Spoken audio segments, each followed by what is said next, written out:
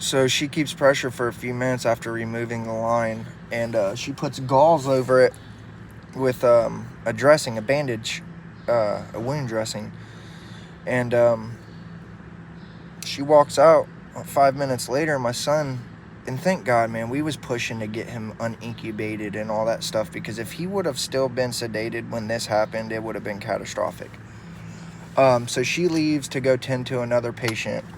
They're understaffed, overwhelmed. So she leaves to go to another patient. My son wakes up crying, half out of it. He goes, "Daddy, Mommy, I'm peeing myself. And he's 7 years old. No 7-year-old wants to pee themselves. So he gets upset. He's like, I'm peeing myself. So Mom lifts up the covers, and she put her hand down there. She's like, "No, buddy, you're not peeing." And he's like, "Yes, I am." He starts crying. So we lift the whole covers off.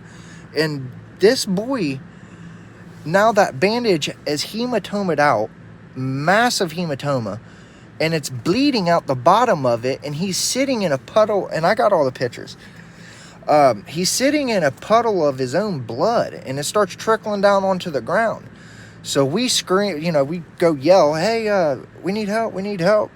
One of the doctors that sit outside the door, he came in and put pressure to that hematoma, which that explained, and my 7-year-old son's watching this.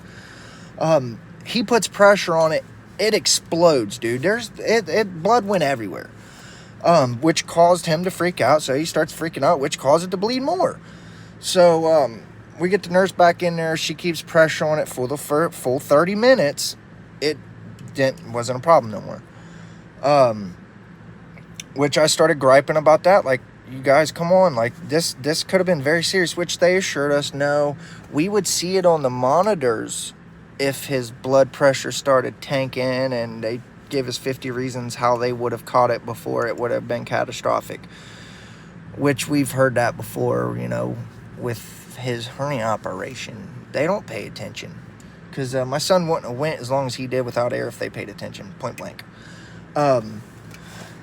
So we get that, we're getting packed up and out of here, come back, get his teeth done. He goes into a crazy arrhythmia. We have to admit him. We're here.